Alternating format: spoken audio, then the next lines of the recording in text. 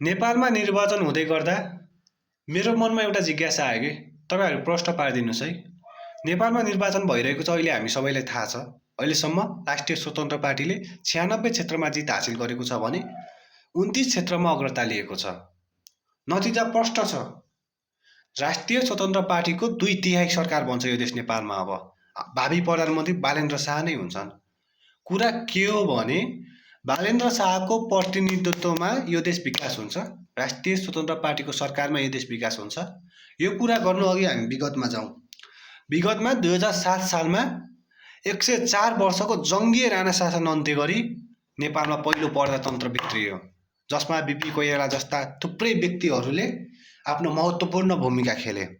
त्यसपछि आउँ हामी 2046 सालमा। 2046 सालमा पञ्चायती व्यवस्थाको अन्त्य गरी बहुदलीय लोकतन्त्र आयो, जसमा मदन भण्डारी जस्ता व्यक्तिहरूले आफ्नो महत्त्वपूर्ण भूमिका खेले। त्यसपछि हामी 2062-63 सालमा। 2062-63 सालमा 12 वर्ष लामो चलेको दोस्रो जनआन्दोलन पश्चात नेपालमा राजतन्त्र अन्त्य गरी गणतन्त्र आयो।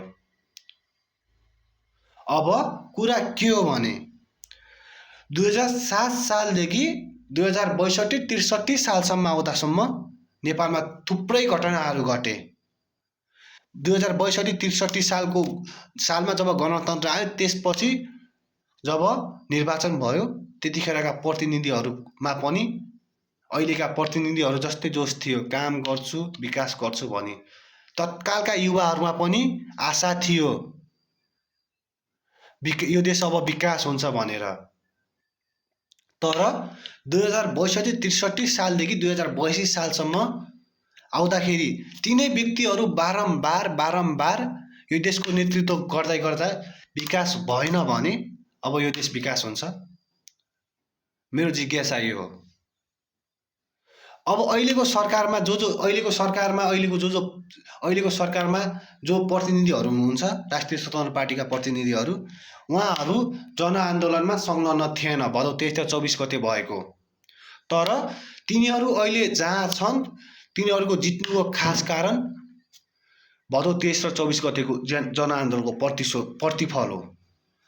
यो जिज्ञासा मैले राख्न खोजेको। म पनि राष्ट्रिय स्वतन्त्र पार्टीको समर्थक हो, त्यसैले अन्यथा नलिनु होला।